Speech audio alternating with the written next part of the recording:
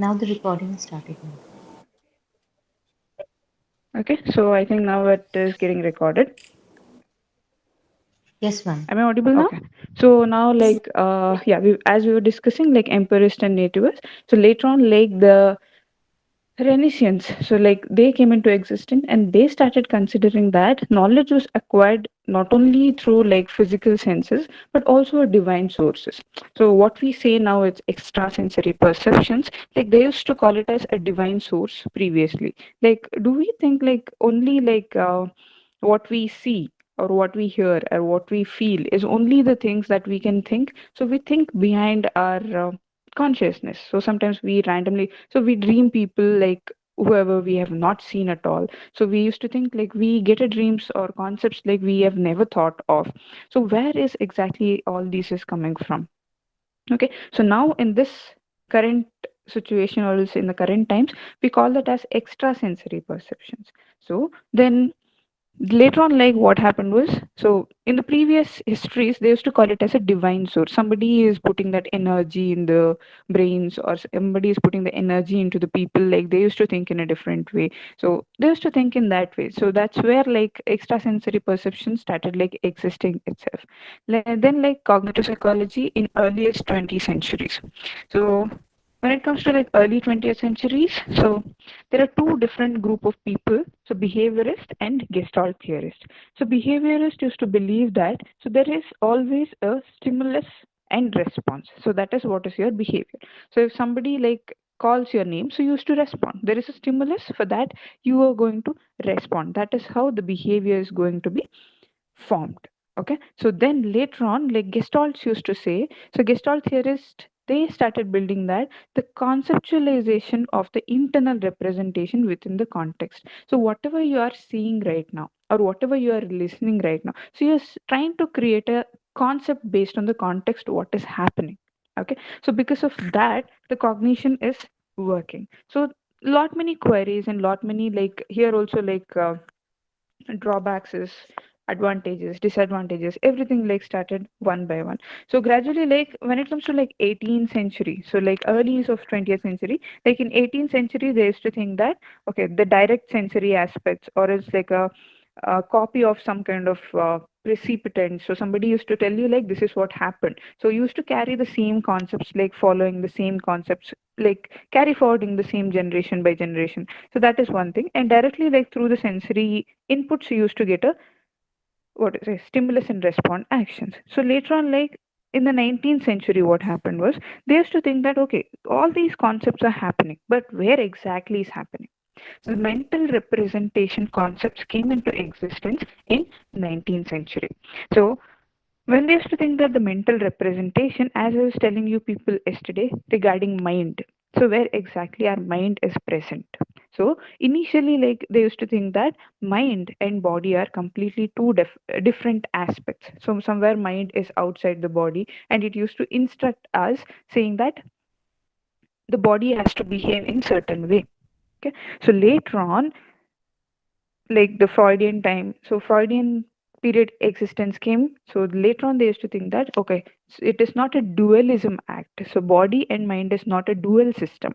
It's a monism. It's a one particular system. So it is a mind, we can call it as a mental representation. Okay. So brain is a structural representation and mind will be the mental representation of an individual. So that's where like 19th century, like they brought into the concept of the mental representation and mind to the cognitive aspect.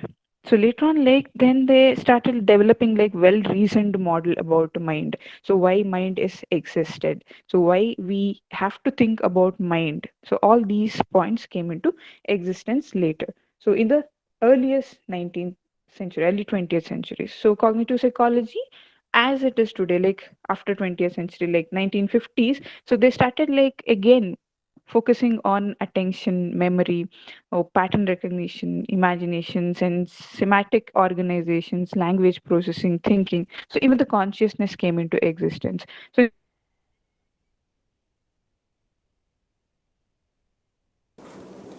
the earliest 20th century, like before 20th century, they thought of mind Well, and we everything, lost but you. the conscious. Okay, so am I audible Well, now? we lost you. Yeah, yeah. No, now Ma'am, you are in the not class audible. Ma'am, itself, it's speaking a lot. You are audible, ma'am. I think like few are audible and few are not audible. That's because of you people have a network issue. Could you please check it out once? Because I have Silence. full range here. Total silence. No, ma'am, I think the problem No, is no, everybody ma'am, is you are facing the cutting problem. down. And please continue. No, ma'am, you are actually dropping off. Even the last few sentences you talked about also was Yeah, yeah, dropping. yes. Yeah, ma'am. From your side, there's little network issue, I guess, ma'am.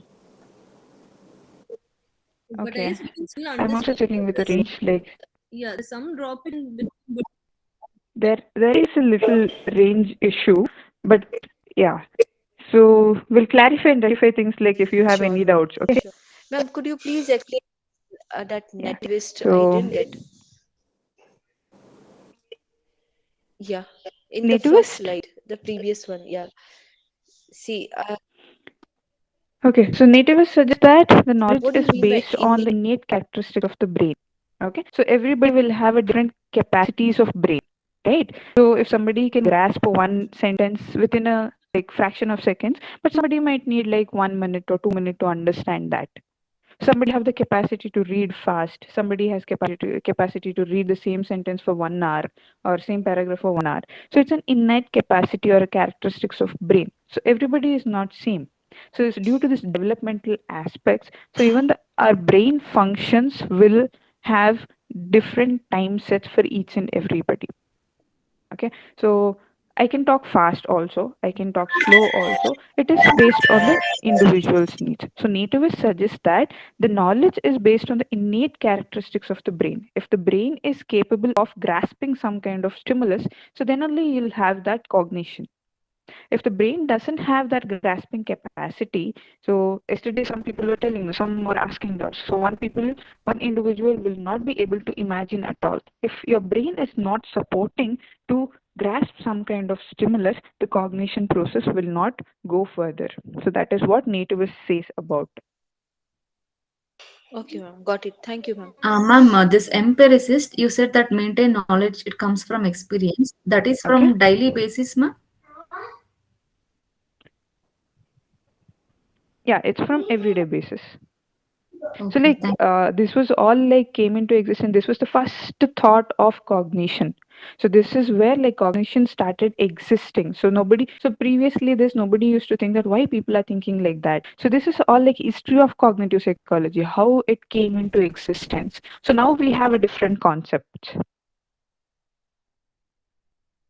Okay, so that is what we are discussing now, like cognitive psychology as it is in today. Okay, so after 1950s, so as I was discussing, so people started focusing on like once the mind and body system, mind body relationship, so all these things came into existence. So later on, like the cognitive psychologies in 1950s, they were like started interesting and focusing on the same concepts of attention, memory. So whatever we saw yesterday, so language processions and thinking and the event of consciousness came into existence, so in 1950s. So later on, once these started focusing on the cognition, the previous one, the behaviorist, what behaviorist says about, so in the previous slide you can see the cognitive psychology in the early 20s, the behaviorist view that human and animal psychology were cast of the framework of stimulus response. You have a stimulus, then you start to respond to that. So based on this, so your attention, memory, pattern recognition came into existence, and the behaviorist explanation was failed, because it's not only the behavior that is, or else the stimulus that is creating a cognition. So your attention, your previous memories, so your language, thinking, your consciousness, so everything is giving an input to think. So that is because like only not only the stimulus, so it's all like your internal processes and the external processes together is giving rise to a cognition in an individual. That's why the behaviorist failed to explain what is cognition. It's not only the outward behavior because of one particular stimulus it is happening, it's all the combination of, so whatever we saw in the previous line. Okay, so then once the behavior started failing, then the emergence of communication theory started. So what is this communication theory is? So communication theory people says that, okay, so how we communicate. So we communicate using all the consciousness. Like, so whenever I'm talking, so I'm so conscious what I'm speaking. So am I telling something wrong? Or am I pronouncing few things properly, or am I not pronouncing few things properly? So because of all these, so once it is coming to a communication process, so yesterday we were discussing, so communication is like a base for our cognitive processes. So you start talking because you want to communicate. So all your cognition, whatever you are thinking, so you have to tell it to somebody. So you're making an efforts to talk, convey something to somebody. So because of that, your communication starts. So emergence of communication theory starts that our cognition will start once we start communicating.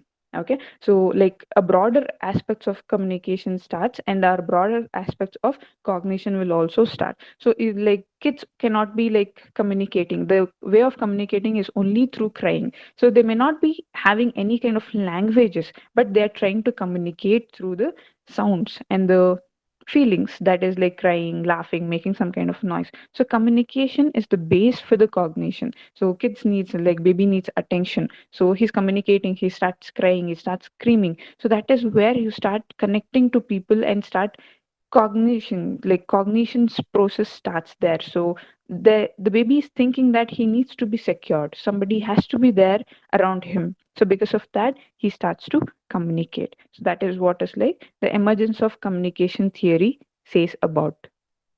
Okay, and then the next one is so memory research. So based on all these cognition, so our memory plays an important role.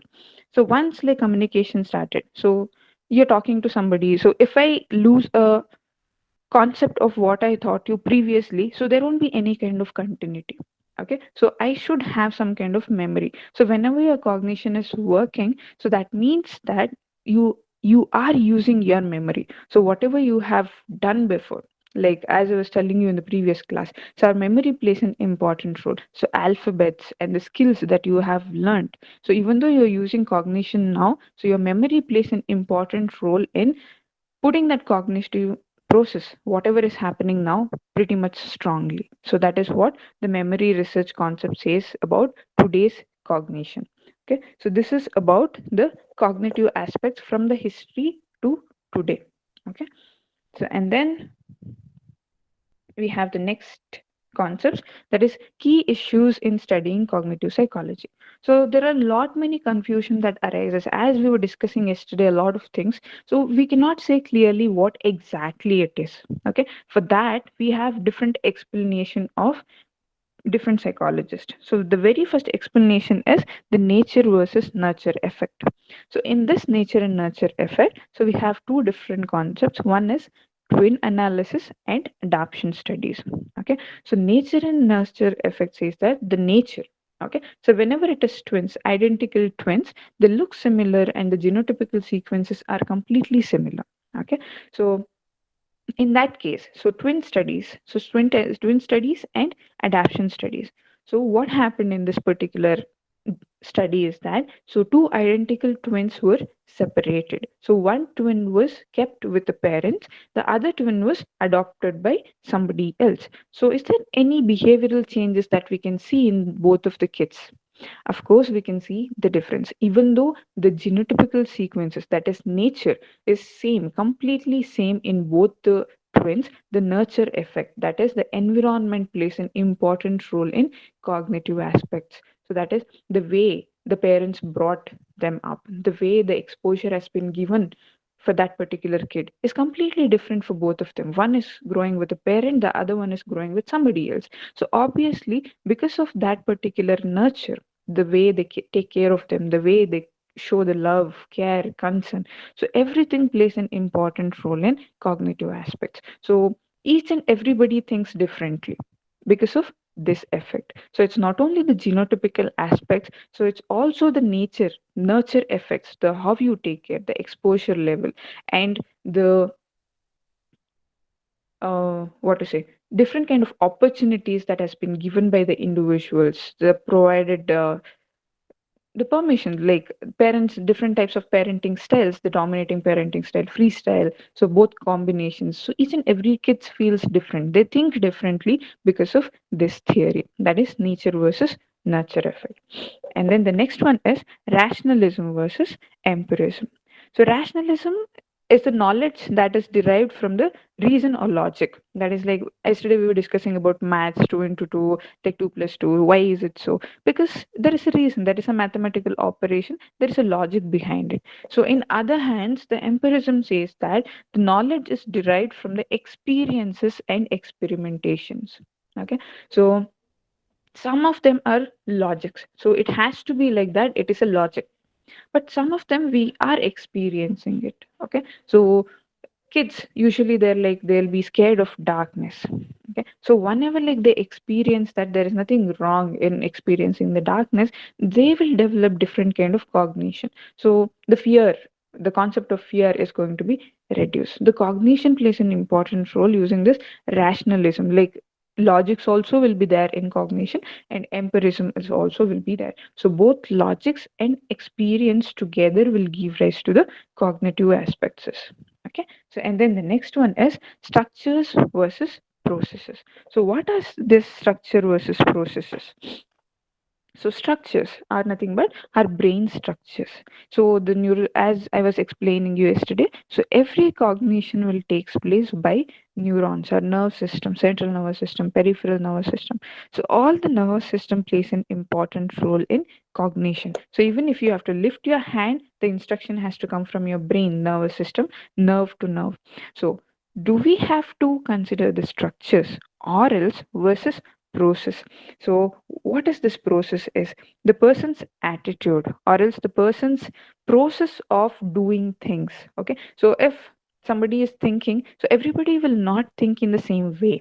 So that is what is like different processes. One will use inductive reasoning, one will use deductive reasoning, one will use optimism, one will use negativism. So all these things are different processes.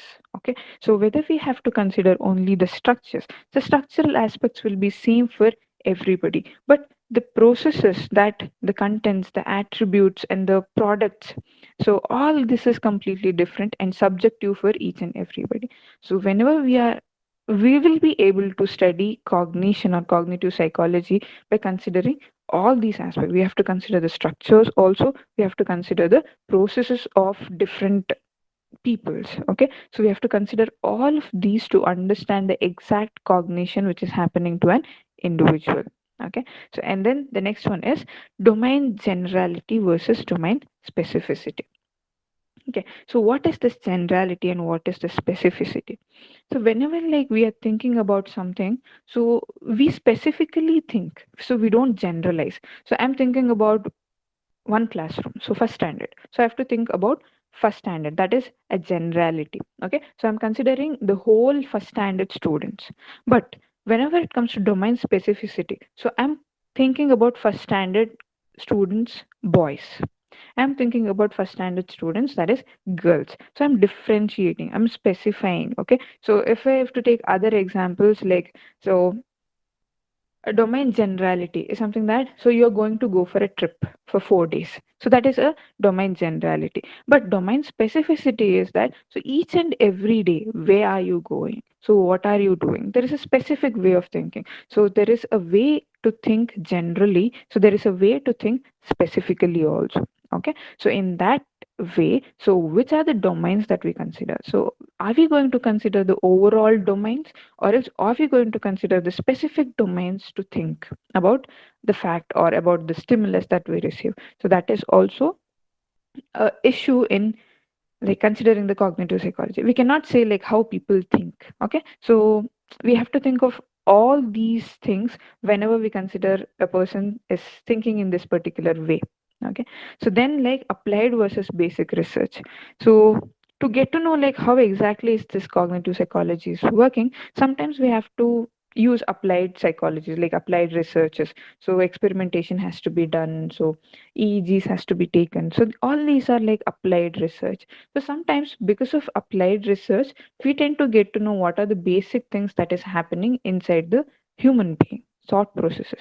So whether the person is sleeping, we'll get to know from the EEG. Whether the person is in a sudden shock, so we'll get to know from the EEG. The basic expressions of the cognition will be analyzed through the applied researches also. And sometimes the basic research will also give rise to the applied events. So because, for example, so based on the behaviors also, so we can conclude one particular aspect. The person is crying right now, so we can say that because of this particular thought the person will have the consequence of something else. So because of this basic emotion also we can say that something is going to be happening in the consequences. So that is what is like applied one. So from the basic and from the applied it is like both vice versa. So we can analyze the person from the complex situation to the basic one and basic situation to the complex one. And then the last one is biological versus behavioral methods. So what are these biological versus behavioral methods? It is same as structures versus processes. So biological means it is completely of structures, all your brain structures, nerve structures. So the releasing of neurotransmitters, synaptic actions, and everything has to be considered. Okay, so when it comes to behavioral method, so how you tend to behave. So what are the concepts that you are going to use while behaving yourself? Okay, so that is what is like all these are issues while studying the cognitive psychology. We cannot say only one thing and say, okay, this is how you are thinking. So all the combination of all these will give rise to a cognitive psychology. We cannot say like one particular domain. We cannot say one particular branch or one particular specific idea is working behind this cognition. So we cannot say that. Okay. So and then the next thing is the key Ma'am, I ideas have in a cognitive question. psychology. So we just saw like different issues in cognitive psychology and what are the key ideas in cognitive psychology to analyze cognition in an individual. So we say like data in cognitive psychology can be fully understood only in the context of explanatory theory. So what is this explanatory theory? So if the person says that I'm thinking in this way, so I think I'm sad, I think I'm happy, I think I'm angry. So, unless and until you have an explanation for that, so you won't be able to consider that particular aspect strongly. So, that is what is like explanatory theory in the context of an explanatory theory. So, but theories also like, but these theories will be empty without an empirical data. That means, so the person says he's sad, but he's saying that he's sad but he's exactly not feeling it. You don't have any kind of experience that, so you don't feel that the person is actually sad. So then, so there won't be any kind of what to say idea saying that so the person is actually feeling sad. Okay, so in a simple words if I have to say, so your cognitive processes will be completely understood with an explanation and with the experience. Okay, so that is what is the idea of cognitive understanding the cognition of an individual. So only if you have the explanation for that particular behavior and experience based on that particular behavior you can understand that particular concept better. Okay, and the next one is, so your cognition is the general adaptive process but not all specific instances. So as we were telling like driving, so all this becomes an adaptive processes, becomes an habit, so how you eat and everything. But then what happens is, but not all the specific instance. So whenever like you're walking so you don't pay attention, so that is not even an habit but it's an everyday activity. Okay, so for example somebody is interested in catwalk. Okay, so you need to learn and analyze how you have to walk and get adapted to few things. Okay, but a general walk, it's not even a specific adaptation but still it's a general activity that is happening in everyday life. So cognition can be sometimes adaptive, but sometimes even though it is not adaptive, so we consider it as a cognitive processes. So for example, like even a normal walk needs some kind of body balance. So need some kind of like spatial recognition. So whether you are putting a right spatial distance, so you are climbing down the steps. So are you like putting the same exact leg or else like in a exact position? So all these will be considered. So even though it is not like adapted, so it is something like in each and every processes, so we use cognition generally. Okay, and the next one is, So cognitive processes interact with each other and with the non-cognitive processes also. That means the cognitive processes, as we were discussing previously, like attention, memory, so they all like interact with each other, and with the non-cognitive processes also, like our senses. So, for example, like this is not like exactly we cannot say it is a sense, is a cognition. Okay, so it's just a sense, but still we use that as a base, and we turn to think about some aspects. Okay, so we just see something. So we are sitting in a room and we are seeing so many things around us, so even though like we don't pay attention, something is going to come and rise up towards our thought processes. So that is like a non-cognitive processes. Even though you don't pay like attention, or else like you don't pay some kind of interest, so all of a sudden something makes you think of. Okay, so that is what is like a non-cognitive processes. Okay, so you don't pay attention, you don't have the interest on particular things. So you're there in your room every day, but one day you feel interested or thinking about one particular object which is present in the room. Okay, so why not, like why not every day? So all of a sudden it was a non-cognitive processes.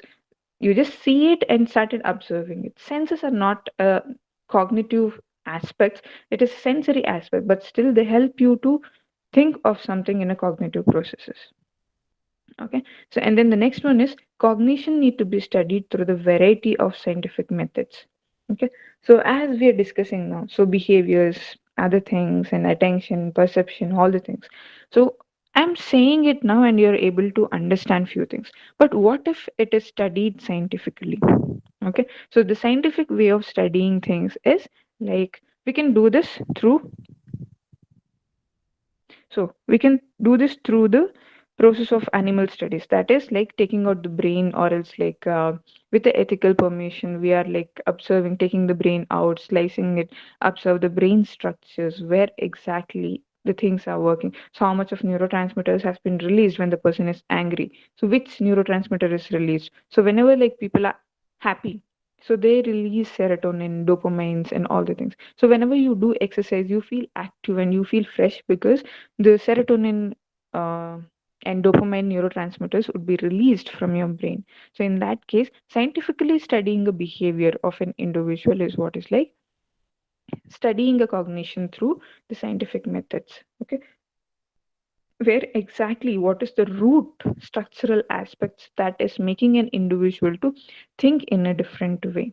Okay, then all basic research in cognitive psychology may leads to application, and applied research also may lead to a basic understanding. So as we discussed in the previous slide, so all the basic research of cognitive psychology, like how human cognition process is connected with each other. So from basics, so for example, we have this top down processing and bottom up processing also. So what does this top down processing says about? So top down processing says that from the complex things, we tend to think a simple one. So for example, I'm going to tell you a story. So based on that, you come to a conclusion and say a moral of the story. So that is what is like top down processing. From the top, so you come to the bottom. And bottom up processing is something that, so I'm going to show you some object. So that is from the sensory aspect. So that object is seen. So based on that, so we tend to think based on that particular object. So that is what is like. So from the sensory, we go to our memory. So we recall what has been happened. So what is the similar object? What is a similar concept that we know? So all these things are like basics. So applied is something like, so I'm going to tell you a story, and you are going to create a conclusion and a moral. So from the bigger aspects, you tend to come to a smaller aspects. So from the basic research of cognition, you can apply the results, and from the application or like applied researches, you can take the basic approaches also. So that is like the key ideas of understanding the cognition. Yes. So and then we move on to your unit 2. So that is your information processing and learning and memory. So how through the information processing, so you're going to learn different things and how your memory is going to act. Okay, yes. So what is learning? So learning is acquiring a new knowledge okay, or else behaviors, skills, or values. Okay, so understanding may be involved in a synthesizing or processing a different types of information. So in a simple word, so we can say that so learning is a permanent change, so wherein the person is experiencing some kind of change because of the way he's doing the new things that he is doing. So that is what is like learning, the acquiring a new knowledge or behaviors, skills. So there has to be some kind of permanent change in an individual.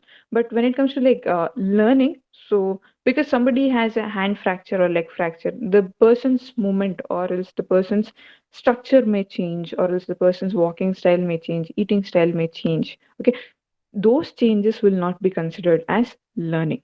Okay, so it's a relatively a permanent change, but still we don't consider that as a learning process. It is due to the coping mechanism. The person is trying to cope with some kind of physical damage or else a psychological damage. Okay, so in this learning process, what is this cognitive learning process?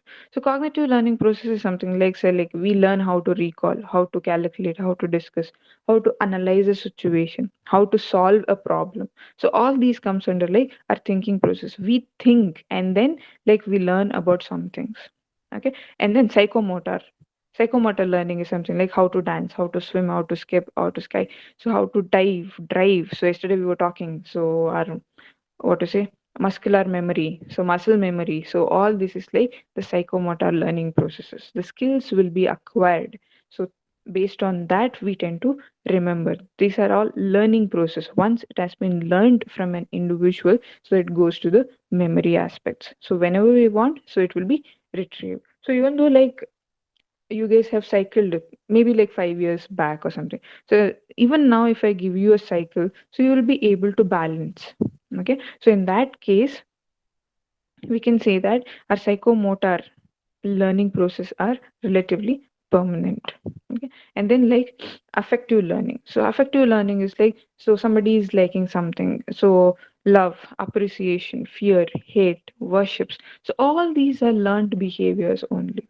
Okay, so how kids will start getting angry, so if nobody gets angry at home, okay, so everybody are like having a peaceful life, so they don't know what is anger at all, so how are we going to learn anger?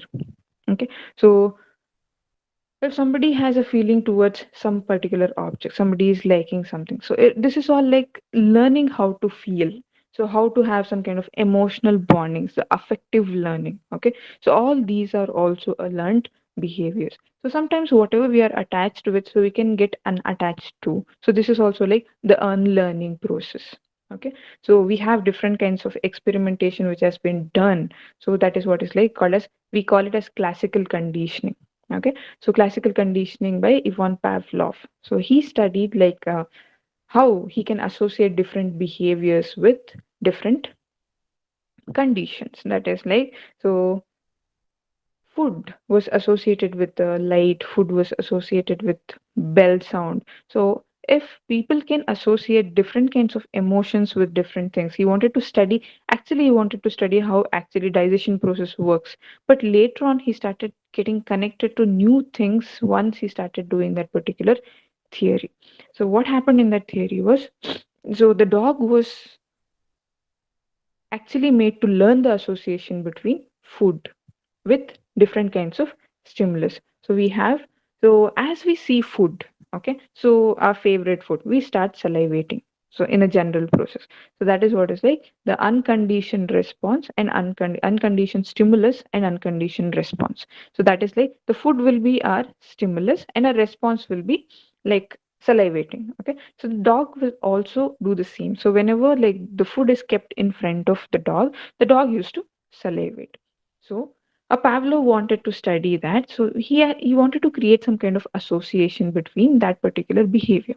So what he did was, so before he gives the food, he used to ring the bell.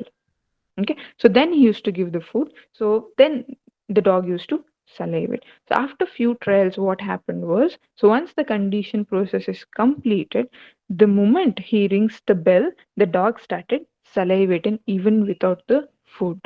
He's expecting the food by the sound of the bell. The same thing happens with the affective learning also. Okay, so you like something, so you tend to associate your emotions with that particular object, or with that particular person, or with that particular situation. Okay, so even like God, so nobody has seen God, but we worship God. So how is this happening? So the positive association that you have, the negative association that you have, so because of that, so we tend to learn the affective behaviors. And then we have to talk about memory. So as we were discussing, like yesterday we discussed a lot many things about memory. Okay, so memory is usually divided into three storage system, that is sensory, short term, and long term. So what is the sensory memory is? So sensory memory is something that, so which is like trans transduction energy, so which can change from one form of energy to another. So the moment we see something, so that is a sensory memory. Or the moment we hear something, so for example, like light, sound, smell, heat, cold, the temperatures, so all this is like a sensory memory. You just sense that, so that is what is like the short, very shortest memory. So the immediately, like, it will last for half a seconds to 3 seconds, half seconds for a visual one, for 3 seconds for auditory sensations. Okay, the moment you see something, so you tend to recognize, okay, you tend to recognize that, and it immediately goes to the short term memory. It won't stay longer for the sensory memory. So if you, even if you keep on watching the same object, so can you get something new in that? So you're watching a blue pen from half an hour, so it's a blue pen even if you watch it for half a second, even if you watch it for 30 seconds. Okay, so in that case, the sensory memory remains very short. Okay, so this Ma'am, will change the energy from one to another, that is from the sensory memory to the short term memory. next Yes, slide, please. ma'am. Slide. Sorry. Yeah, yeah, from sensory memory to the short term memory. So then once the sensory memory is done, the stimulus now has been moved on to the short term memory. So that is, so after entering to the sensory memory, so our, the limited amount of information is transferred into the short term memory. So not like the moment we see something, so in the room, so I'll let you people to go in a new room, so you just observe it for 5 minutes or something like that. Can you remember everything whatever is there in that particular room? No, it's not possible. So whatever is there in the sensory memory, so only the limited amount of information has been transferred to the short term memory based on the selective attention determination. So if you like some object in that particular room, you pay more attention in that particular object, so that will move on to the short term memory. So and this short term memory will last only for 3 to 20 seconds. Okay, so once, like, if you keep on thinking about, okay, that particular object was like this, in that particular color, in that particular shape, so the weight was so and so, so you tend to remember that much. Like, even if you come out of that particular room, so you'll be thinking about that particular object for a certain period of time. So then it moves on to the long term memory. So in short term memory also, so we have three basic operations, that is iconic memory. So yesterday we were discussing the photograph, the visual photography memory, somebody was asking. So iconic memory, the ability to hold the visual images. Okay, so the moment you see something, so that is like unerasable for you, so you tend to remember that particular image for a longer period of time. Okay, so if you like keep on watching the same image for a continuous period of time, that moves to the long term memory. So it is not, it is impossible for you to forget that image. Okay, so then it is like acoustic memory. So that is the ability to hold sounds. So for example, so you have spoken to one particular person, for example, some singer, so Shreya Ghoshal. So even she songs in a different flow or different pitch, you can identify her voice even closing your eyes. Okay, so that is what is like the recognition of voices. You cannot forget somebody's voice for a longer period of time. So even after 6 months, even after 8 months, 1 year, like you tend to remember that particular echoic memory. Okay, so that is like, but echoic memory will have a longer duration than the visual ones. Okay, so maybe like singer's voice, maybe like your favorite person's voice. So you can remember the voices also. Then the working memory. So working memory is almost same as a short term memory. There won't be any kind of differences, but working memory is relates as so what we are thinking about at a given moment or a time. Okay, so you tend to think about one particular object. The moment I say apple, okay, for a fraction of second you thought of apple. That is what is like working memory. Okay, so you're working on whatever I'm saying. So the moment I say orange, so your attention shifts. Okay, so for that period of time, for that moment, so what is actually happening with your memory is what is called as working memory. So working memory need not be like remaining for a longer period of time. Okay, so working memory will help an individual to shift one particular stimulus from short term memory to long term memory. Okay, so short term memory will have a certain information from the sensory memory, so you keep on working on that. You'll be thinking on that for a particular period of time or for that moment, so that will remain stronger and it moves to the long term memory. Okay, so then what is this long term memory? So this is a relatively permanent storage. Okay, so information is stored on the basis of meanings and importance. So if you have learned something based on a particular meaning or based on particular importance that you're giving, so then that will remain for a longer period of time. That is what is like the long term memory is. The process of transferring information from short term to long term memory involves different kinds of aspects from encoding to the consolidation of information. So we have different stages of so acquiring this memory. So I'll explain it later. Okay, so we have that principles down. Okay, so then long term memory. So long term memory will also be stored in the form of schemas. Okay, so somebody was asking yesterday, so we don't recall or repeat the same terminologies or sentences in the exams. Why? So because of this schemas are the mental models of the world. The information in the long term memory is stored in the interpretable network of those schemas. So it's a human tendency for us to make a complex thing as simple and then understand. Okay, so as I was telling you, I'll tell a story for you. So you tend to analyze the story, so you won't remember each and every line whatever tell you. So it's only the concept or the summary that you'll understand and give a value out of it. Okay, so that is how the schemas works. Most of our long-term memories will be based on the schemas. So it is like the observer's what to say favorism. So he makes it as a favorite one. He understands it as a different concept and he stores it for a longer time. So he gives a particular meaning, he gives a particular importance for that particular concept or stimulus. So then this moves on to the long term memory. So then we have a cognitive information processing. So what is this cognitive information processing is? So this is a process wherein the information in any manner will be detectable by an observer. Okay, so within the field of cognitive psychology, the information processing is an approach to the goal of understanding human thinking. So information processing is the Slide. change. Okay, the information processing is the change, okay, of the information in any manner that is detectable by the observer. Okay, so if I show you some kind of picture, okay, so all of you will understand or else all of you will detect that particular stimulus in different ways and understand things. Okay, so I'll give you some abstract image. So I'll show some image of what to say red rose and a white rose. Okay, so there'll be some concepts created within your brain or else within your thought processes you tend to understand by detecting however you want. So that is the observer's capacity to store the information or else to change the process for your sake of understanding. Okay, so within this field of cognitive psychology, the person will be able to understand so how humans think about few concepts. Okay, so that is what is like cognitive information processing. So the information whichever is available, so we don't understand the way it is, so we tend to alter.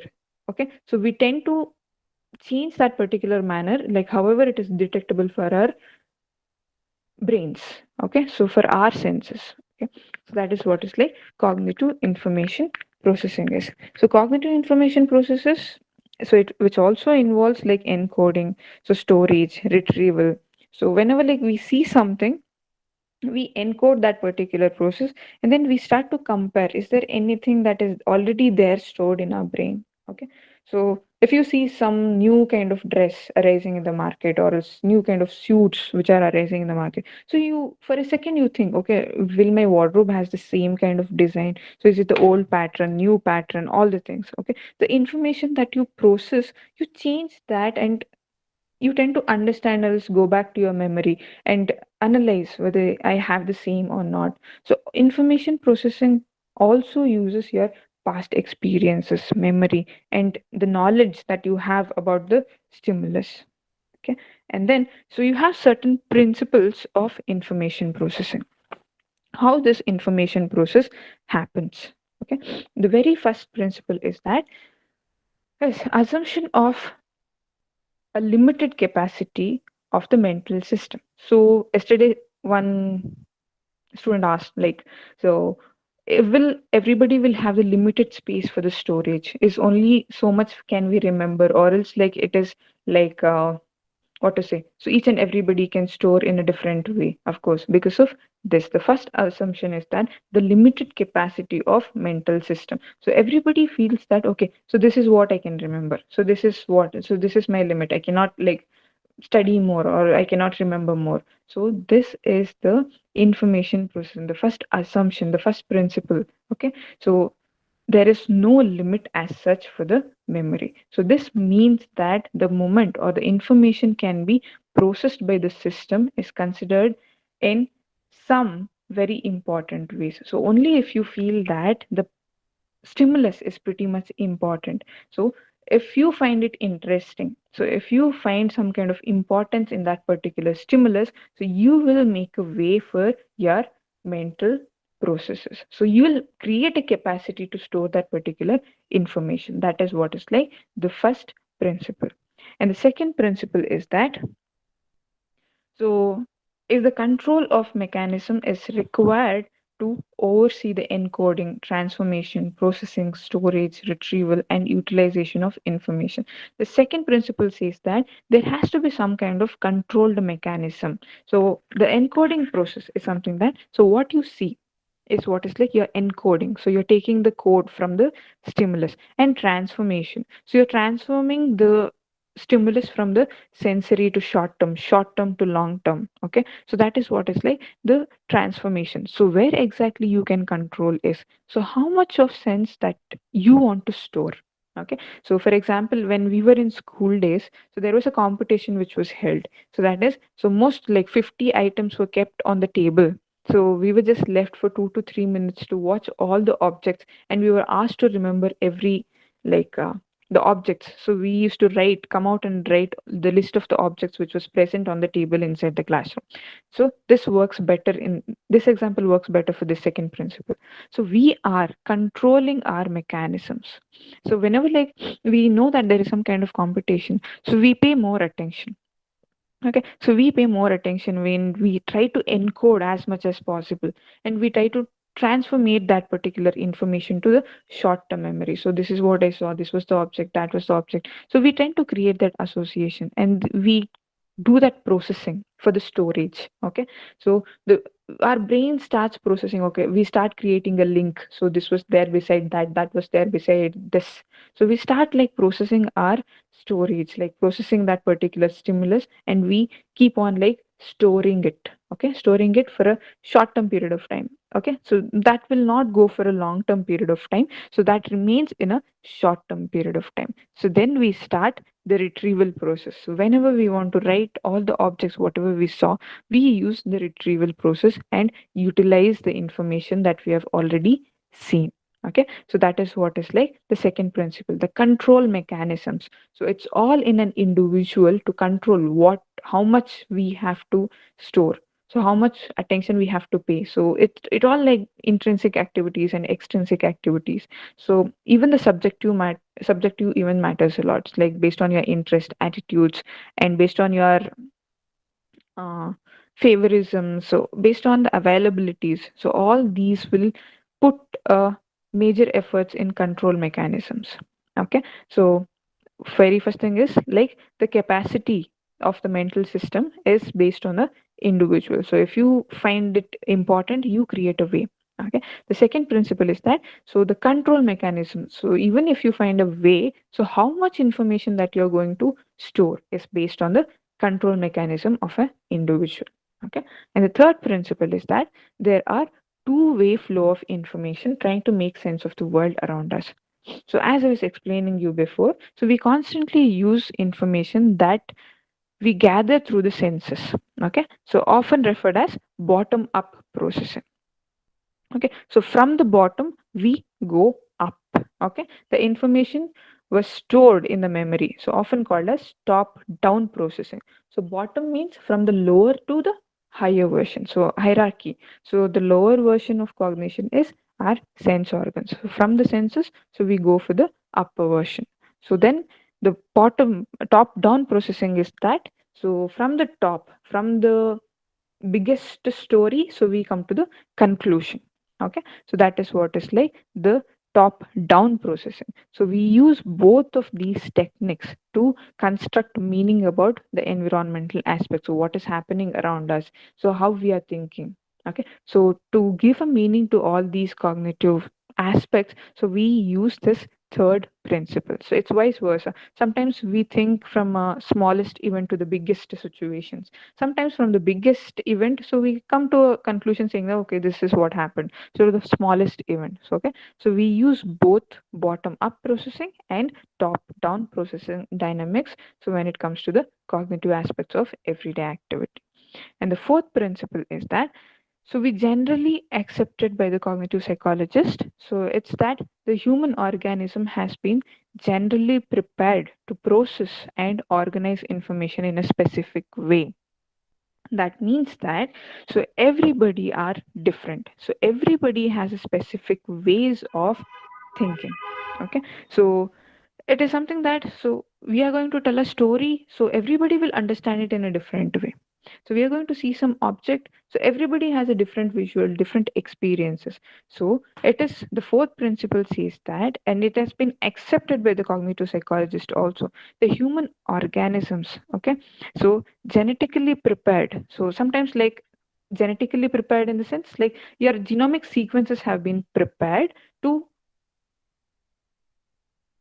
visualize something, so to grasp something. Okay, so other than that, the human have a specific way of analyzing things. So genetically means all your nervous systems, so your genes has been like you look like your mom, you look like your dad, so in the same way the way of thinking or else the way of grasping or the intelligence sometimes, so our intelligence also will be determined by our genetical sequences sometimes, and our memory capacity also sometimes.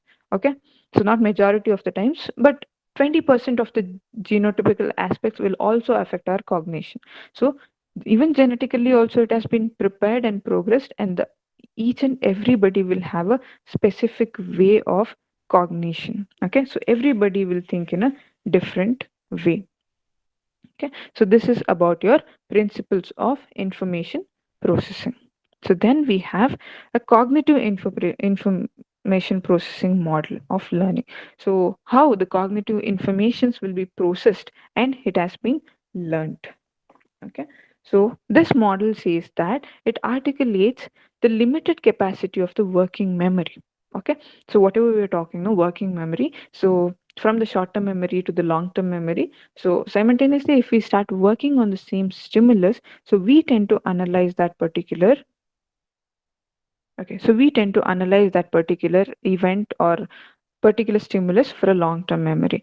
So in between, the working memory is tasked with the burden of processing the incoming information and transforming the information to the long term memory and the retrieval of the information from the long term memory. Okay, so whenever we say it's working memory, so it's not only like we are just processing from the short term memory to the long term memory, so we are also like working with our past experiences, so we are retrieving the information from the long term memory also. The concept of cognitive load, that is the amount of work imposed on working memory, so by learning the task, so how much of task, so today, tomorrow you have the test. Okay, today at any cost you are supposed to study 75% of your syllabus. So how much of learning task that you're giving for that particular cognitive load is what is important for the working memory. So how much of pressure that you're giving on the working memory, so is what is like the process of the cognitive information is taking up that particular load and it is processing for the memory. Okay, so it is based on the observations of the functions of working memory. So observations of functions of working memory in the sense, so whenever working memory is happening, so all your cognitive aspects, that is attention, memory, perception, so your concentration, each and every aspect should be working. So all these observation of all these functions together with a working memory, so we'll say that your cognitive information processing model works with a working memory aspects. The load, the cognitive load, the cognitive pressure that you give towards your learning abilities, towards your learning task, will help you to learn some kind of things or put some kind of stimulus in a long term memory. That is what is like cognitive information processing of model. Okay, so and then we have,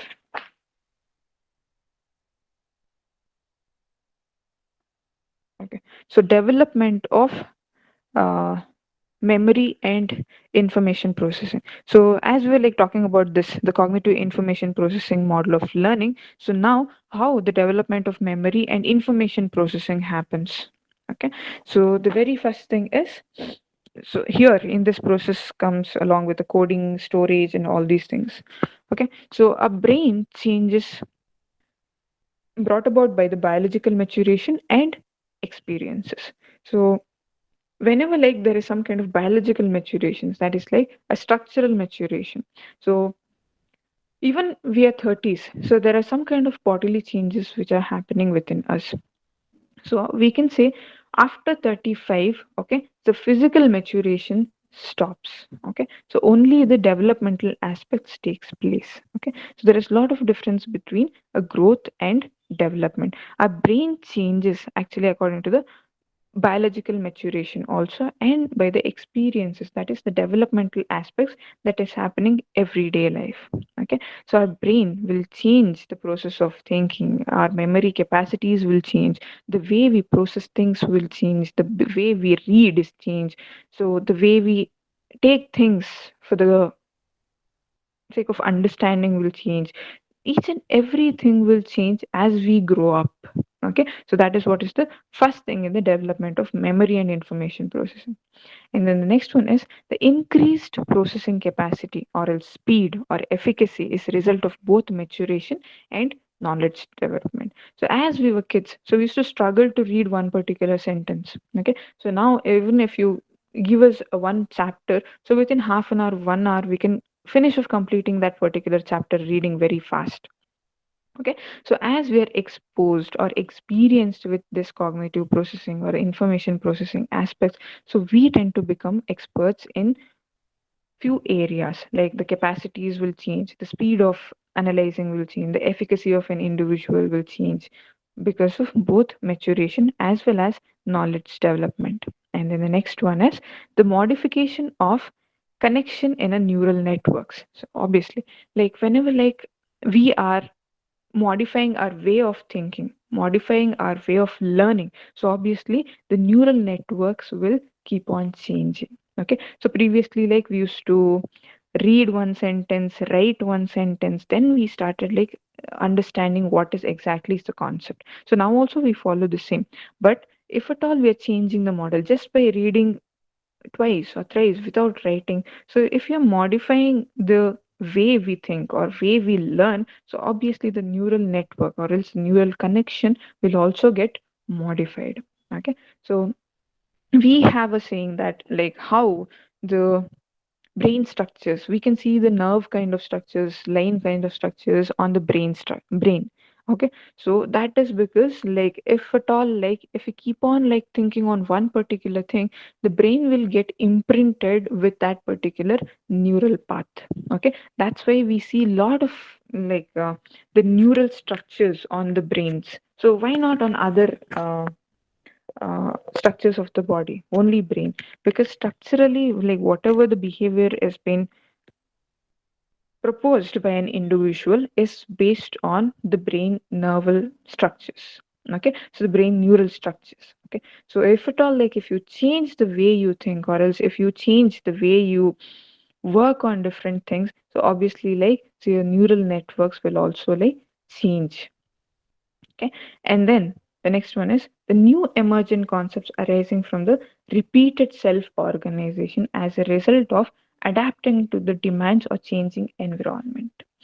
For example, so some kind of neural network is going on now. So now you are staying in one particular house, one particular city, one particular area. So you know where exactly the things are available. You know where exactly the malls are there. So you know some kind of route mapping. Okay. So if you're like repeatedly like self organizing few things, okay. So if at all, like I put you in a new city, so now you're in Bangalore or Mysore or Delhi or Mumbai, wherever. Okay, so I'll take you to some remote place and put you there. Okay, so there is a new concepts which are arising. So if you have to get adapted to that particular place, so you have to repeatedly work on organizing things. Okay, so previously like online ordering, so all these things were there, but now you literally have to go get the things, cook by yourself. So in that case, the adaptation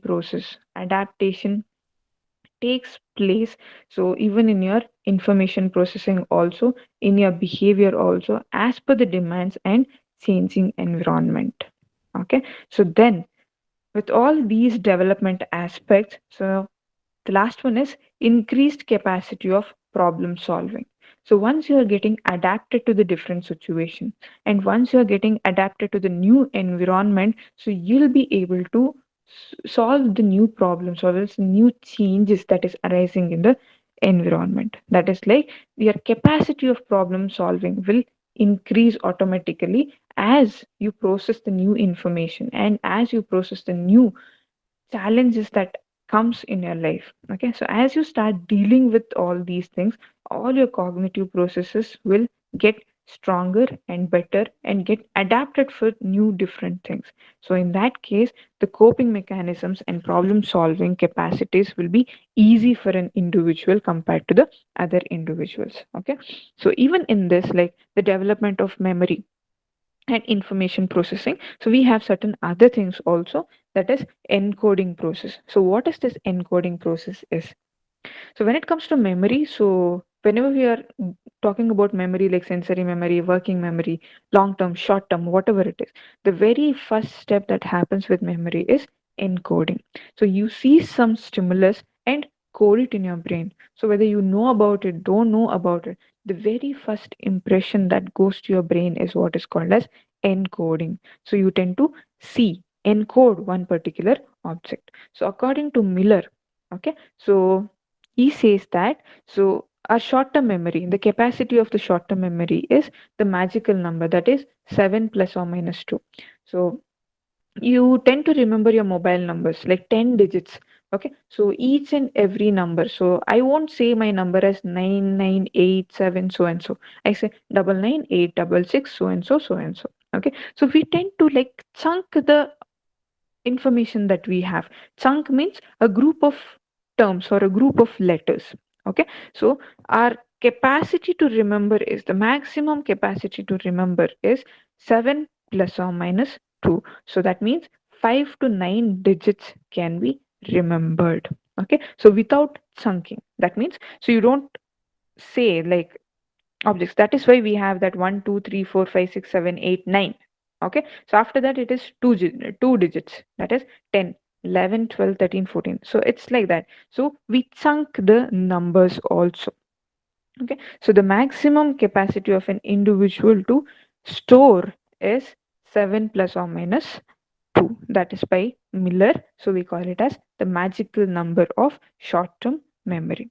So once it is encoded, so what is the next process? That is structuring and organizing. So you have seen one particular stimulus and you have observed it. Okay, so then you are going to observe the structure of that, organization of that. If you see a pen, okay, there is a cap, it's of this color, this size, so ink is so so much is there. So based on that particular structure, so you'll be able to organize that particular structure in your brain. Okay, so it looks like this. Recording So has stopped. to Please check, ma'am. Ma'am, change your slide, please. Slide and recording also. It's been stopped.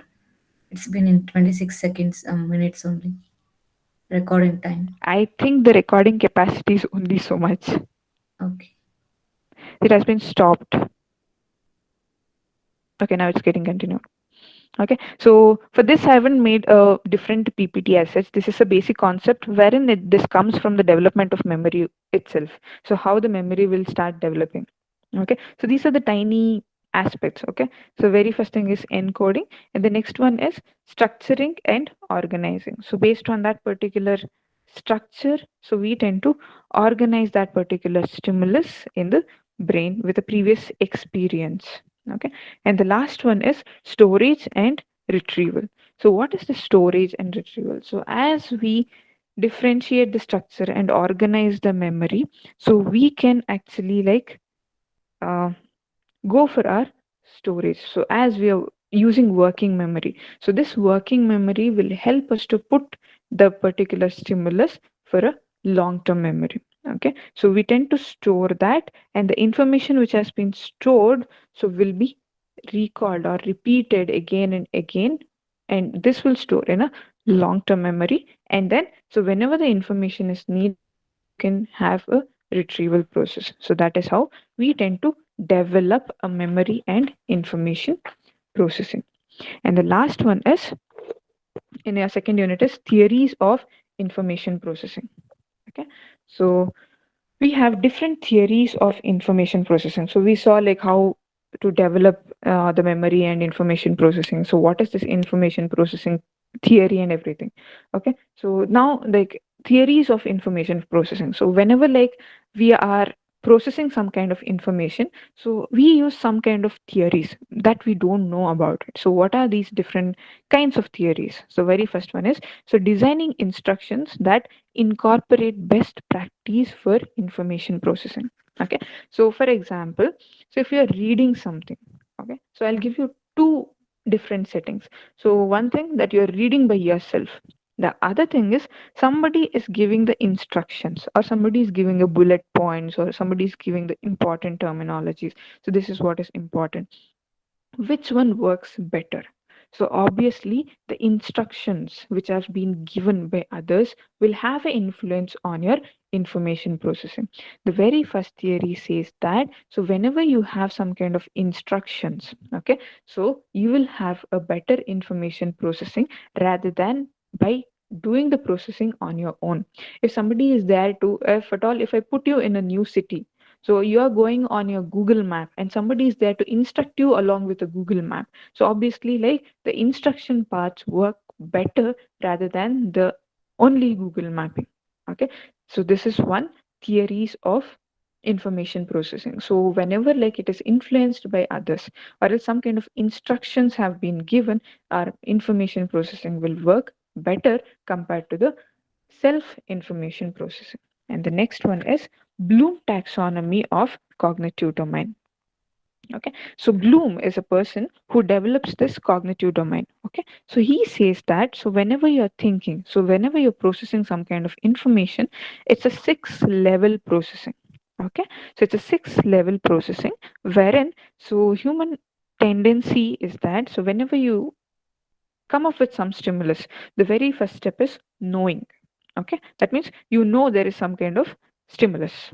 Okay, so then the next level is comprehension. So whenever you know some object, or whenever you come across some kind of stimulus, so you know about it and you start comprehension. Okay, so it requires a very little elaboration. Okay, so that means understand what it is. Okay, a pen, so understand what is the structure of it. It comes same as your memory aspects, so comprehend about it.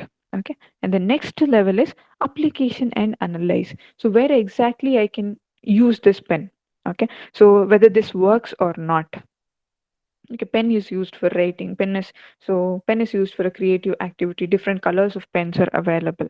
So you tend to work along with the application of that particular stimulus and analyze what exactly is happening with that. And the last two levels is synthesis and evaluation.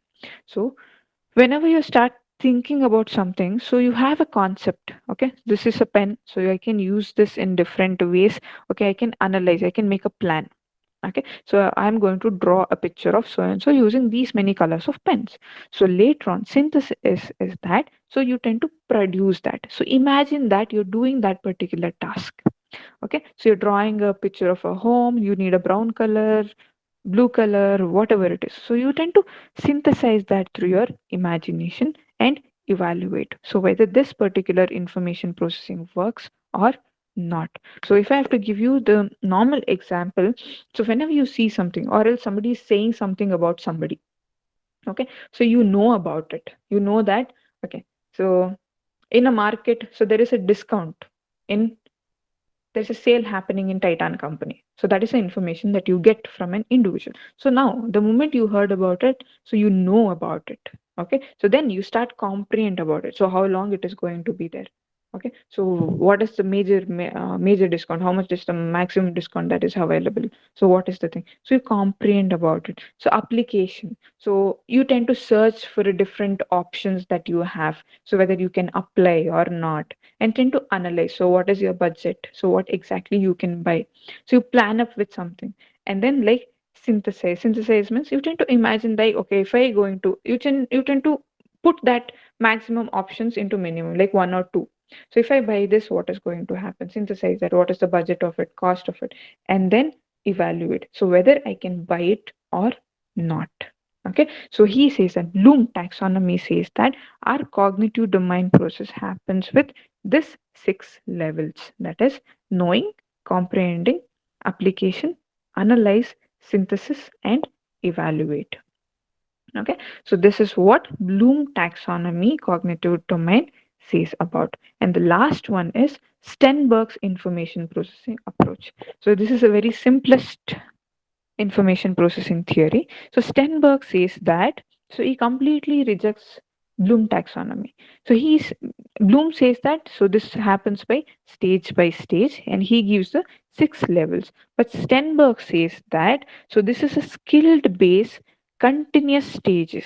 Okay, so whenever you're processing something, so it is a continuous process. So based on your intellectual level. Okay, there is no differentiation in step by step.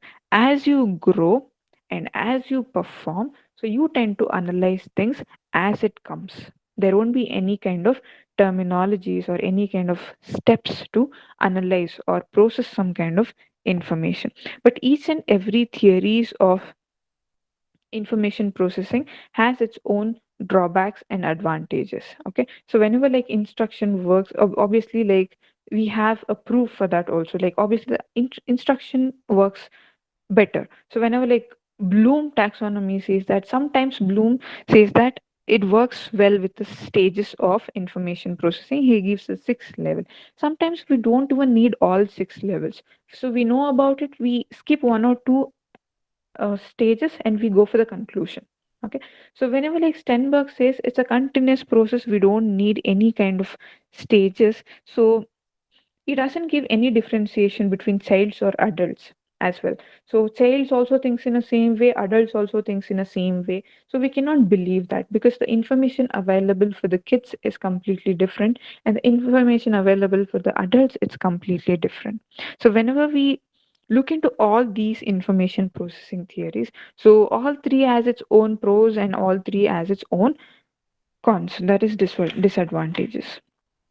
Okay, so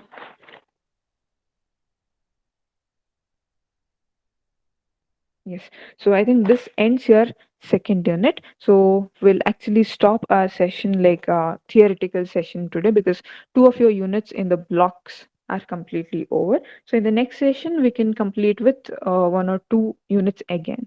So if you have any doubts in today's class, so you can clarify that. So we are left Ma'am, with another 25 minutes or so. ma'am, what is the process of unlearning? Okay, process of unlearning. So whatever you have been learned can be unlearned also. We call it as extinction period or else extinction activity. So for example, so you have learned how to cook something. Okay, so if you don't cook that very frequently, so you tend to forget that ingredients. So without any kind of repetition of that particular behavior, so without any repetition of that particular skills, so you tend to forget some of the aspects of that particular skill. So that is what is like the unlearning process, the extinction process. And does this apply to emotions as well? This can be with Exactly. an So activity this, with motor skills. no. This applies with emotions also. So, for example, so you're sad, so you lost your pet or something like that. So, how long you can be in the same condition? So, for a first 1 month, so you're sad, so very much sad. Second month, you get adapted to the situations. So, your emotions also are getting unlearned because of the exposure of new stimulus which are present around you. Ma'am, I have a question related to the same Yes. concept, unlearning and Yes. relearning. So, Okay. say for example, a person is nearly the age of 50. So, Can can you he be little just louder, please? Can you put your hold your mic properly? yeah? Can you hear me right now? Yeah. Clearer? Okay. So, unlearning regarding unlearning and relearning stuff. So, is there Mhm. any age barrier, or does the nature of the human being do play a important role in unlearning and relearning stuff? Exactly. Like whenever like you are in a young age, so all your learning processes and the interest and the efforts that you put is completely different. Okay. So whenever you try to like unlearn something, so you have majority of the distractions that is available, or else I can say majority of the stimulus that is available for you. Okay, so you tend to search that kind of stimulus to make this process unlearn. Okay, so when it comes to age barriers, so after 45 or 50, the unlearning process automatically happens because of the geriatric conditions, that is because of the deterioration of the nerve connections. Okay, for them there is no need of searching for the alternate stimulus to forget something. Okay, so for them this condition happens automatically, and whenever they have to relearn it, so in the previous class I was telling about spontaneous recovery. Okay, so spontaneous recovery might happen anytime, so this doesn't have any kind of age limit. So as I was giving an example, so you learn to cycle, how to cycle in fifth standard or fourth standard, so even now you remember that, even you don't cycle it for 10 years, but you don't have that confidence of balancing, but you know the skill how to do it. Yeah, that is because of the muscle memory. Muscle memory, or else whatever you call muscle memory, or else like a skilled based Yeah, learning. Okay, yeah. That is so like this is stored like, and just recalling that memory after a very yes, so the unlearning process and relearning process also has the same mechanism. Okay, unlearning process, so as I was telling you yesterday, some people will tend to forget few things purposefully. Okay, so extinction process happens because of the unuse. Okay, so if you don't use certain kinds of skills, you tend to forget that particular event or memory or something like that. So relearn, so if you give a little effort on the same stimulus, you tend to get that memory back soon. it's Ma'am, basically Ma'am, more of extension process willpower. in a short-term memory. In ma'am, Sorry, short-term extension memory, process in a scenario of depression. sorry, I didn't get you. Two of you are See, simultaneously talking. extension process in a scenario of depression, like if you just had an emotional maybe jolt, Okay. but then Uh-huh. immediately you were too depressed about it. So you're Okay. staying with it. Then how does the extension process, that mechanism, how will it ever work? See, like for depression patients, so what are we going to suggest? So first thing that we are going to suggest is change of environment. Okay, so or else like this change of the current situation. The person who's depressed, if he is present in the same scenario for a longer period of time, so he won't be able to come out of it. The extinction process happens through the exposure of new stimuluses. Okay, so if the person is having a trauma, or if the person has met with an accident, okay, so he has that kind of fear or something like that. If he keeps on like be in the same place or something, take him out. Okay, so take him out and show him some different kinds of environment or different kinds of situation, make him feel more happy, make him feel more confident enough with this all these new stimuluses, which is actually making him to forget that event for a shorter period of time. So eventually he starts to utilize that particular habit and the extinction process unknowingly happens. So you don't have to put an efforts to make it as extinction process. So whenever like you provide just a new stimuluses, so obviously this old memory will get extinction process automatically happens. Ma'am, Thank you. Yes. in short-term memory, Okay. I didn't understand how both photographic and auditory, Okay, auditory. acoustic memory, how are they short-term? Because I, at least from my personal experience, I feel Mhm. photographic stays in the mind for a long time. No? That is what, from the short term memory itself, I told you like short term memory, from that it goes to the working memory and to the long term memory. So why Short, if you don't like for so why example, is it so do categorized you as a remember short term? all the photos that is there in your gallery? No. No, only few photos that is actually like favorite of yours. Okay, Uh-huh. favorite person of yours. You tend to remember that. You pay more attention. It has been already working and it has been already stored in a long term memory. Yes. So because of that, you tend to feel that. So Okay. all I got not it. all iconic memory are short term. So some of them are already been like worked more and more times in the working memory and already kept it in a long term memory. Got it. I got it. Okay. Thank you. Okay. Yeah. Okay. Ma'am, so Yes. in learning process, should Okay. we go with that down Bottom down to, processing or top down processing. yeah, yeah. This It's completely happens. learn and relearn. We have started it again.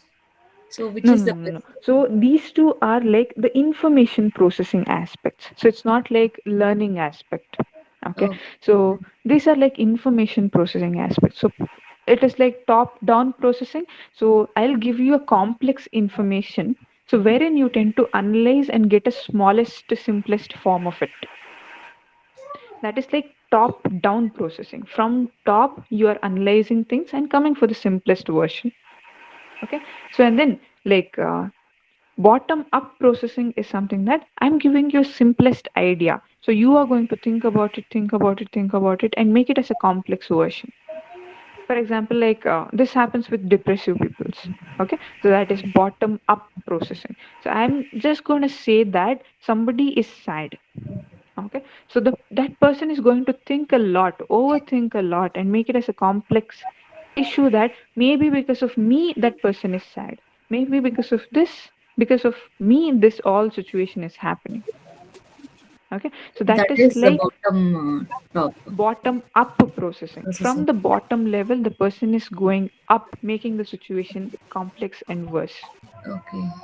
Okay. Thank So, you. for example, Ma'am, I'll give you a can we problem. take an example of riddles as top to bottom process? Sorry, readers. Riddles example, riddles One minute. example for top to bottom. From top to bottom, you need examples for top to bottom. Yes, ma'am. Can we take consider riddles as example?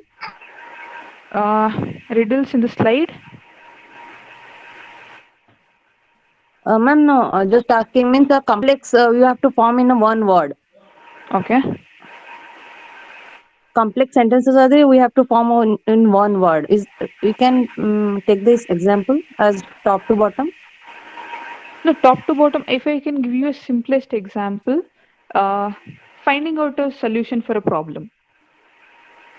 Okay. Okay, so you have a complex problem. Okay, so for that you tend to analyze the problem and get a concept, very simplest solution for that to solve an issue. It's only regarding the information processing. So whatever the information that you're getting, so to process that we use these two models, not for your memory or learning, so whatever it is. So these two are information processing models. Based on the information that is available in the environment, so we tend to think in these two aspects. Neither we make it a complicated one, or else we put it in a simplest one. Ma'am, to the learning pros, how can, if I'm slow, how can I speed up, ma'am? Okay, for the learning process. Yeah. Okay, the very first thing is that, so if at all, like if you're continuously learning something, you need to stop that, because the continuous learning will deteriorate the memory. You need to take a break in between. Since I was telling you yesterday, the adult attention span is only for 20 minutes. Please do take a break for 30 minutes. Every 30 minutes, take a break for 5 minutes. So you're not supposed to use your phones or something like that. Just an empty mind. Okay, you take a walk and come back. And other than that, the repetitions also should have the breaks in between. Repetitions should, these also shouldn't have the continuous process. These are the only two methods we can follow, ma'am. Or Like else, to like we speed can up. create a chunking events. So as I was telling you, like 7 plus or minus 2 magic numbers. Mm-hmm. So if at all, like you can use chunking, you can use association, you can use uh, what to say? Yeah, chunking means that, so you, as you tend to chunk, or else bigger sentences will be there. You chunk that two different sentences as four different chunks, and you create a link between them. Okay.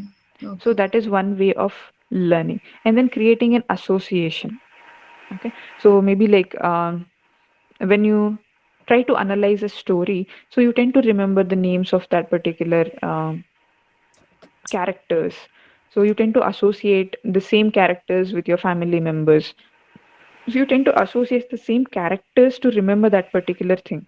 Okay, so if I tell you a concept of somebody, so you tend to remember, so this patient is so and so, so you tend to remember, okay, one of my family member was also like that, so you tend to create an association with the information that I'm trying to give you. So if you do the same, create an association for the information that you want to remember, then it will stay for a longer period of time. Okay. In a day, when you're learning 30, every 30 minutes, you have to take a break for 5 Break, minutes. definitely, because the human attention span is only for 20 minutes. So even if you watch a movie, so why do they give you intervals? So Okay. that is because, like, nobody can watch or hear something continuously for 3 hours or something. So even though whether it is interesting, not interesting, so whatever maybe it is, you need a break.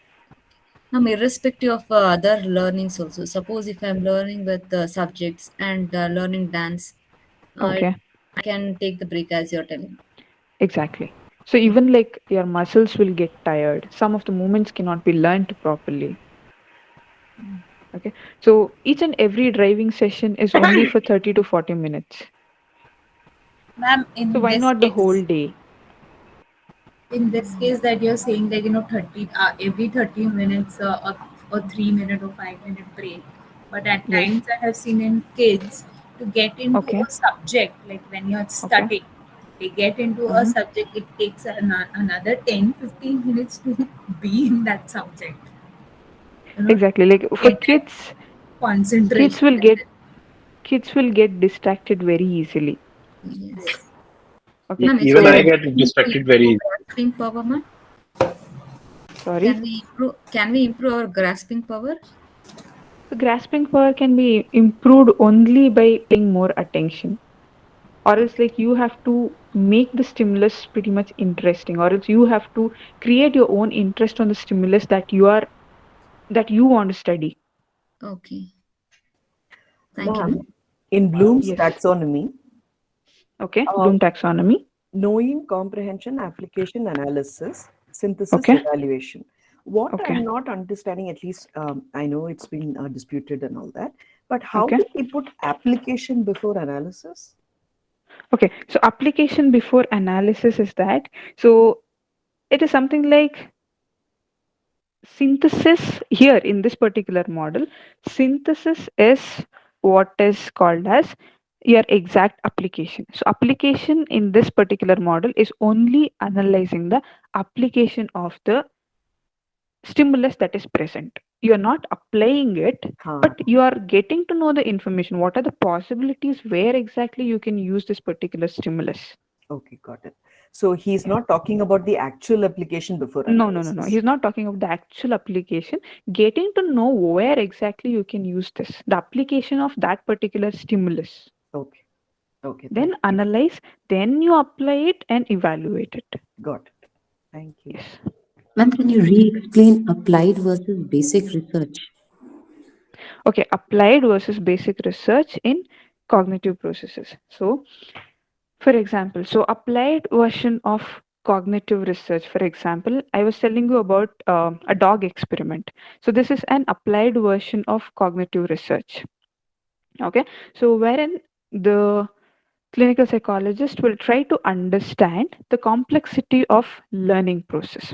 Okay, so while he's able to understand that complex activities or the behaviors, he'll understand that the basic information, the basic stimulus, that is bell or food, or these are causing a change in a behavioral aspect.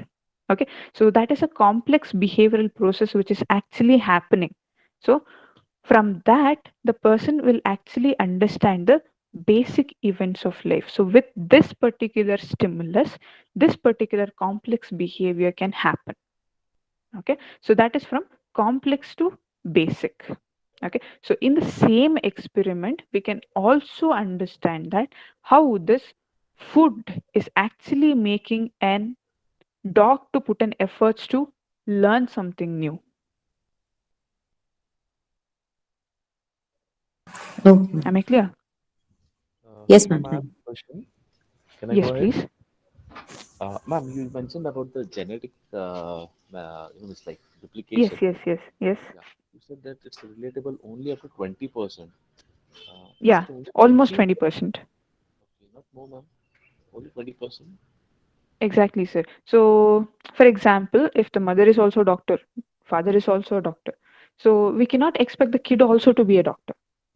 Definitely, ma'am. Okay, Definitely. the intellectual capacity of the mother is different and the father is different. Maybe genetically, the maybe the intelligence level is transferred, but because of the exposure in the environment, he might use it, he might not use it.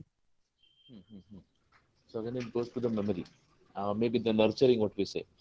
Yeah, nurturing, nature and nurturing effect. Nature and So nurturing. most of the cognitive aspects happens through the environment itself because of the stimulus which is present. So because nobody knows what is our intelligence level, so what is our memory level, so what are we exactly using right now, nobody pays attention towards our intrinsic activities, only through the extrinsic stimulus which are present around us. So we tend to behave in certain ways or think in certain ways. So because of that, so even though the genetically transferred capacities are there, so that will be restricted because of the nurture effects. So only with respect to the physical body parts, you mean to say the genetic is seen, or also some mental part also? Mental aspects also, I'm talking about the mental aspects also. Physically you cannot stop. So how? Because like I was giving an example of adaptation studies and twin analysis. Okay, so twins look alike, so they both look same physically, so nobody can stop that. Only like the nurturing aspects will stop the way they think, the way they behave, the way they act on situation. Some, even though these two twins are same, some is one is very sensitive, the other one is very bold. So this has been changed because of the nurture activities rather than the nature of the genetical sequence. Okay. So it's all majorly the nature versus nurture, what we say. It's all basically Yes. lying there, Yeah. not more like genetics.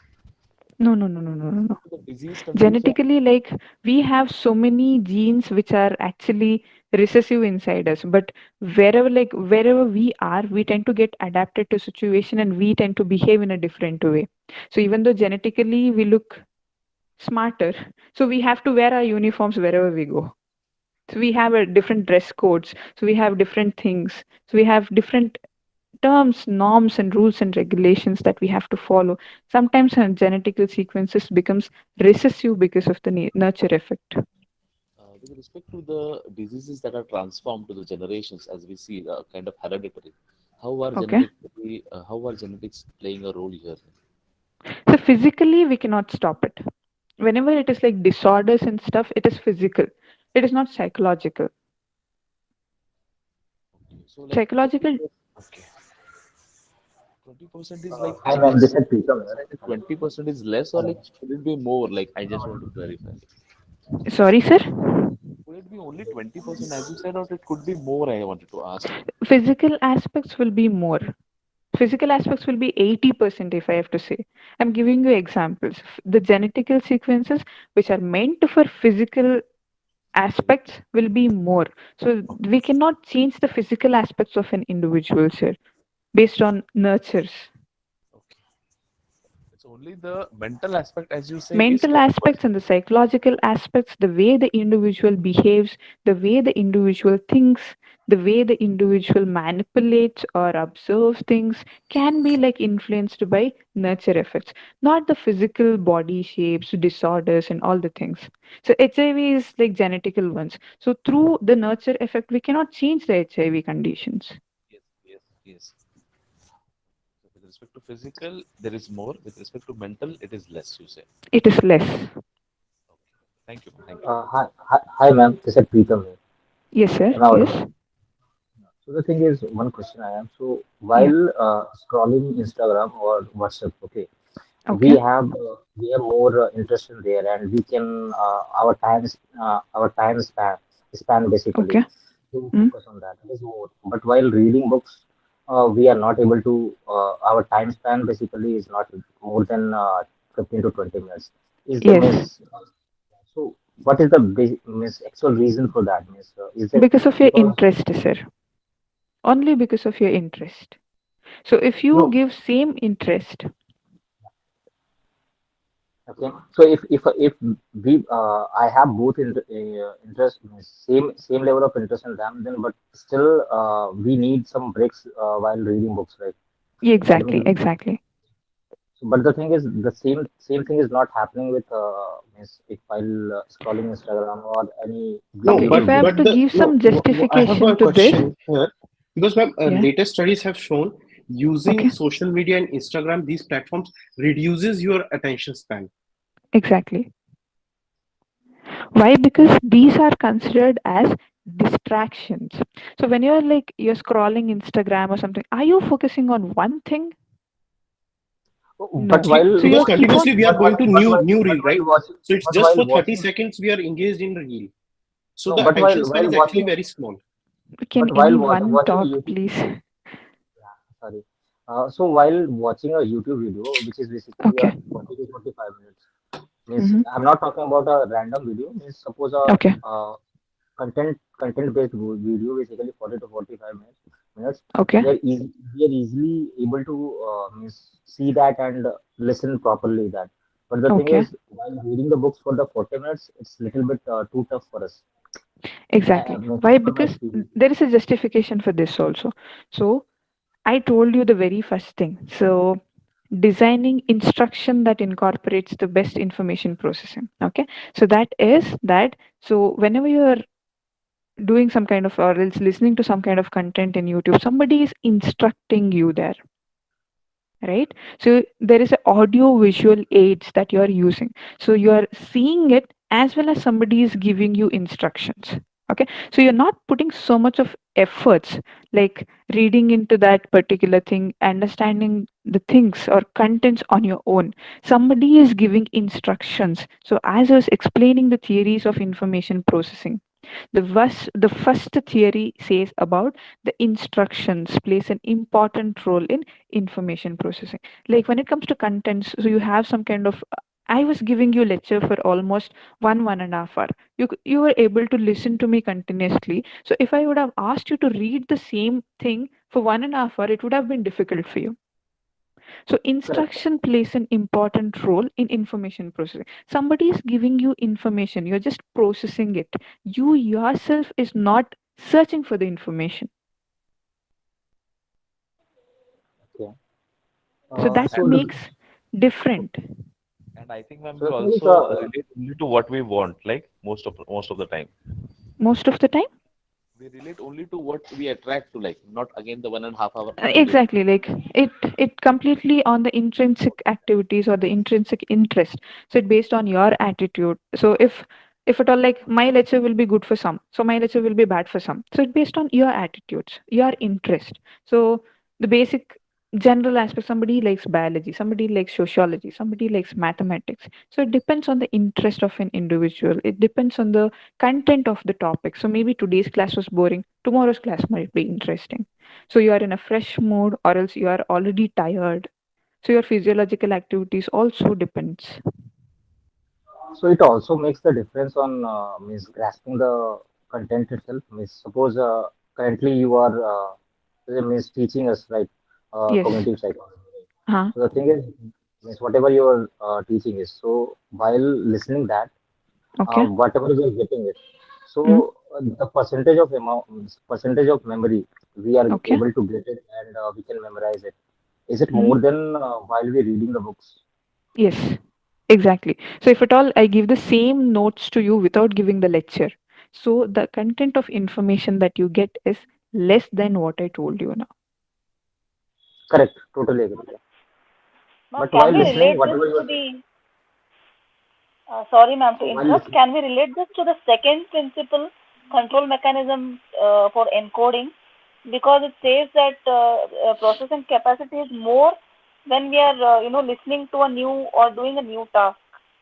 It is based on an individual. That's what I told you. So if you feel it interesting, or else if you are controlling the stimulus, how much you want, so how much information you need from the stimulus, that much only you will be able to take it. Okay.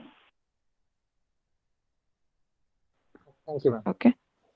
Ma'am, does memory decline with the age and as well as depression, right, ma'am? Yes, yes, that happens automatically. Okay. How to come out from this depression, the memory upliftment, ma'am?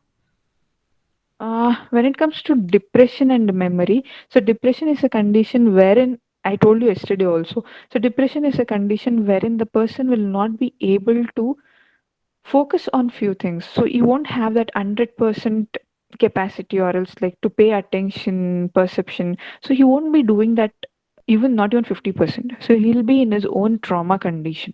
Okay.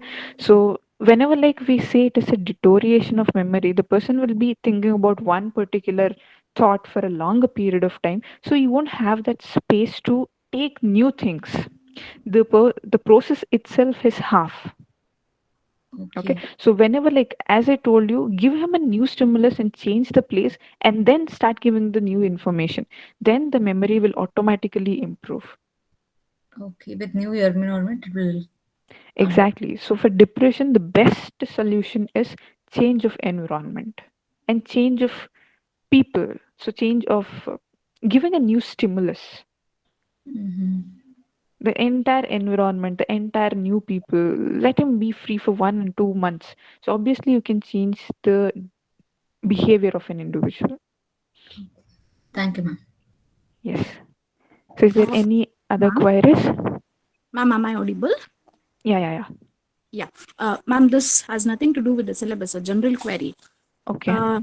Uh, Usually, when you write an examination, there are a Yeah. lot of things. What happens is we know in what page of the book it is, whether it is on right side of the notebook Mm. or on the left side.